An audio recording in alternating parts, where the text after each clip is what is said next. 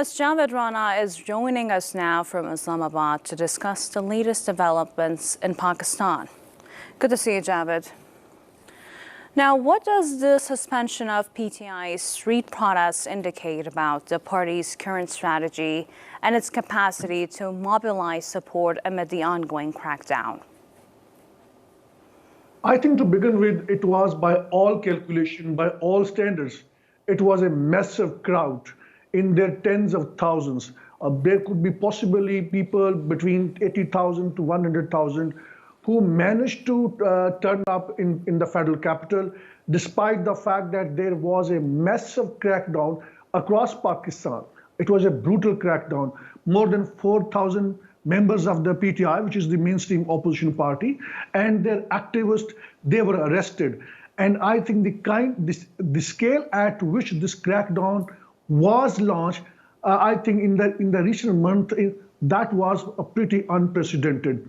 Nonetheless, despite the fact that the capital Islamabad was literally a fortified city, as with it was the containers, the shipping containers were erected, they were set up all over the city, and also all over Pakistan, by and large, it was shut down. It was a completely locked down. Nonetheless, those people managed to reach from Sindh, it's the southern province of Pakistan, from Balochistan, which is a southwestern province, and more particularly from the northern western province of Pakistan, which is known as KPK. So Khyber Pakhtunkhwa. So people gathered from all these areas, and they managed to force their entry into the federal capital, despite the fact that there were tens of thousands of security personnel involving paramilitary forces, police, and also at one point of police in the capital, the Pakistan military. So I think that was, in the recent, particularly from 2022 onwards, this was unprecedented show of power. But then at the same time, we'll have to see that there was an unprecedented scale of a brutal crackdown on the part of Pakistan's government, backed by the country's powerful military and intelligence agencies who've been calling shots behind the scene. And now, obviously, on the ground, they are very much visible. So in that context, I think it was very difficult for the PTI to sustain this protest. We have seen so many protesters who were determined that they are going to stay there. They would not go back until Imran Khan, the jail leader, who was arrested last year on what appears to be frivolous, politically motivated charges. The government, more particularly the military, is not letting him to be released, despite the fact that there is not a significant nature of the charges against him. The reason being is, there have been a lot of reports in the media, particularly on a credible social media, suggesting that the military behind the scene has been asking him that they are ready to set him free, provided he stays silent, does not speak against the military, does not speak against what the PTI has been saying all the way, that there was a forged, tempered final election results in February this year, that he needs to be silent. I think Imran Khan is not, it appears, not willing to accept that. And let me just remind for our international audience that it was in February this year, the Pakistan Tehreek-e-Insaf, the PTI, it claims, coming up with a lot of documentary evidence suggesting that it won Pakistan's national parliament election with the 2/3 majority votes, despite the fact that there was previously also one of the unprecedented crackdown on the party workers, on the candidates. It had won the election, but on the final election results, despite the fact that there was PTI was winning from most of the polling stations all over Pakistan, but in the final election results were forged, tempered. The names of the candidates were changed in some cases.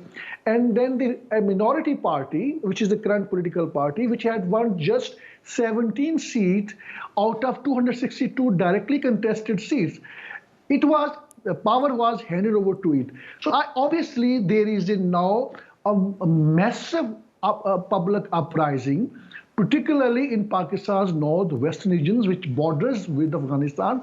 And the people already feel they're victimized because of the Pakistan military's military operation, and also because of the so-called war on terror, which was largely fought in the bordering region of Pakistan, which is borders with Afghanistan.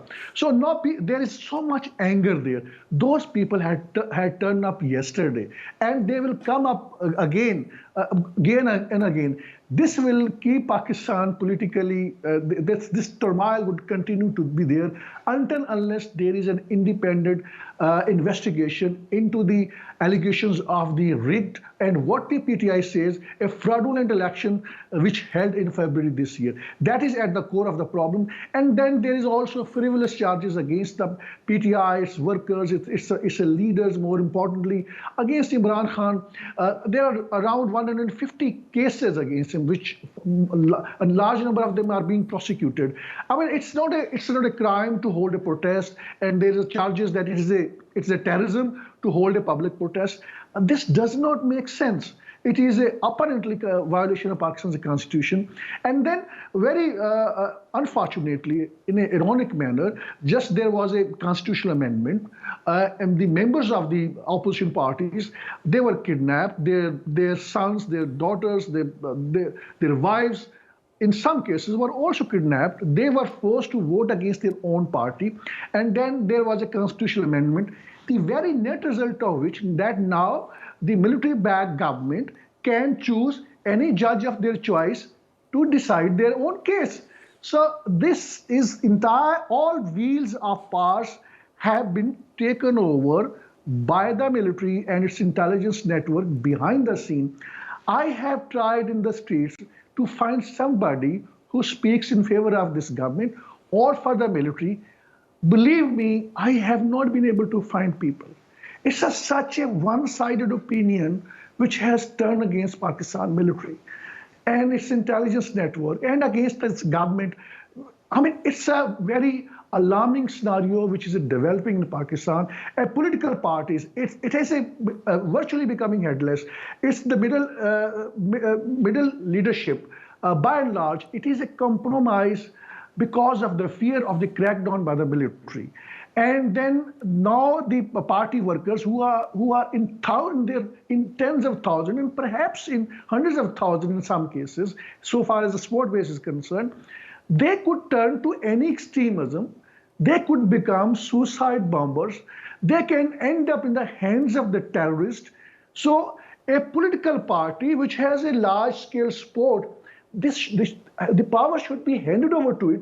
That is a simple question. But it is being suppressed time and again. And I think this suppression would lead towards any extreme step that does not bode well for the future of Pakistan. And let me tell you something very interesting. Belarus president was here yesterday here. And at the end of his press conference, he made a personal request to the Prime Minister, Shehbaz Sharif, that, I myself heard it on the television, and he was saying the nations who are not united, they don't survive. He was saying that the world leaders are looking at Pakistan, what is going on here. And then he was saying that Belarus is closely monitoring the situation. People are deeply concerned, but at the same time, perhaps the government wanted to create optics with his visit to sending message to the Donald Trump administration. Look, if you pressurize Pakistan to set Imran Khan free, we are going to move us to another bloc led by Russia. But that man, the Belarus president, who's a close ally of the President Putin, he's suggesting something to this government, which this government probably is not willing to listen. That is at the heart of the problem, that by taking over all tools of power, by taking over the media and all the state institutions, the private institutions, it doesn't mean the government can run this country. Now, given the stock market's sharp fluctuations following the political unrest, how do you see the economic impact of this ongoing crisis on Pakistan's already fragile economy? Well, stock market and the other all economic indicators, I mean, there has been a fluctuation in it. And at the heart of all this trouble is obviously the political situation. It seems the government perhaps doesn't believe in the political certainty. They want to bring political certainty, but at the same time, when they're suppressing an opposition party with the brutal measures, then obviously the economy would not be put back on the stage. Now, by and large, some indicators were there which showed that there are signs of the improvement. But again, bigger problem is that Pakistan remains hugely dependent onto the donor agencies, hugely dependent onto the Arab countries. For some loans, after every next month, after 2 months, they have been dependent onto the Chinese. And the friendly countries have got fed up by providing loans to Pakistan time and again. They want Pakistan to fix the political situation. And what Pakistani government has been doing, they launched crackdown on the political workers. They launch a crackdown on the opposition parties, and that generates all negative stories. The investors are not willing to invest in Pakistan, and then because of these reasons, the outlook of the economy has been in a negative shade, and it will keep on happening until unless I believe that there is independent investigation into the allegations of what appears to be electoral fraud. And then also, I think the government will have to come up with a very credible prosecution case against Imran Khan, because there are frivolous charges against him. Some of them are hilarious charges against him, which doesn't make a common sense. So when people hear those hilarious nature of the charges, it causes a resentment against the military, our intelligence network in Pakistan, and also against the government. So I think because of these factors, Pakistan has not been able to put its economy back on track.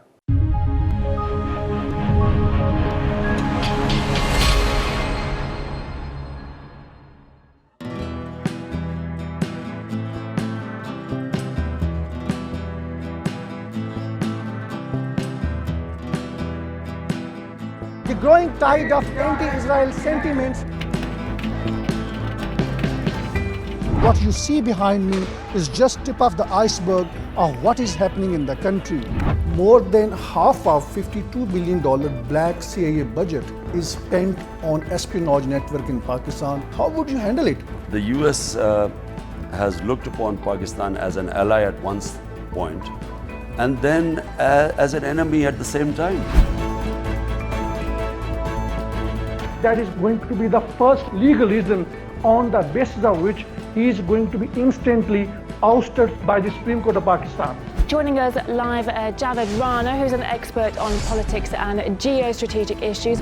In the world politics, which is not being driven by any moral principle, it is being driven by the hard geostrategic realities. In a broader picture, more countries would aspire to have nuclear weapons.